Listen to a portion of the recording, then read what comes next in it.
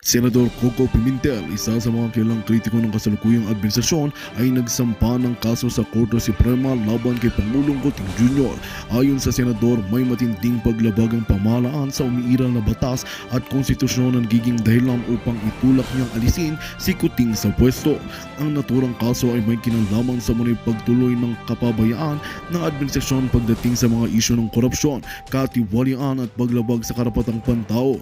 Ayon kay Pimentel, dapat ng umaksyon ng Korte Suprema upang protektahan ang interes ng mamamayang Pilipino laban sa mga maling patakaran at desisyon ng kasalukuyang pamahalaan. Ipinunto din ni Pimentel na ang mga pagpapatuloy ng ilang mga proyektong pang-infrastruktura ng Administrasyong Coting ay puno ng mga irregularidad.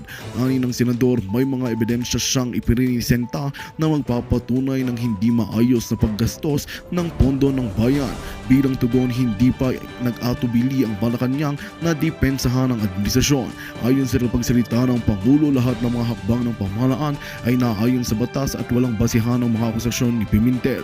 Sinabi rin ito na sinusubukan lamang ng senador ng mapasiklab at magpakitang gilas sa publiko. Sa kabila ng mga pagtanggi ng Malacanang, patuloy ang pagsulong ni Pimentel sa kanyang kaso. Naniniwalang senador na sa tamang proseso ng batas, mapapanagot ang administrasyon ni Coting. Hinihiling niya na rin ang mga mamamayan na maging mapagmasid at huwag magbulag-bulagan sa mga pangyayaring katiwalian sa pamahalaan. Dagba ni Pimentel, posibleng umabot sa punto na matanggal si Pangulong Coting sa kanyang posisyon kapag napatunayang totoo ang mga aligasyon.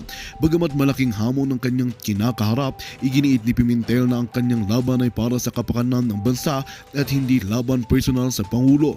Sa ngayon, patuloy na inabangan ng publiko kung paano tutugon ng Korte Suprema sa kaso ni Pimentel laban kay Pangulong Coting.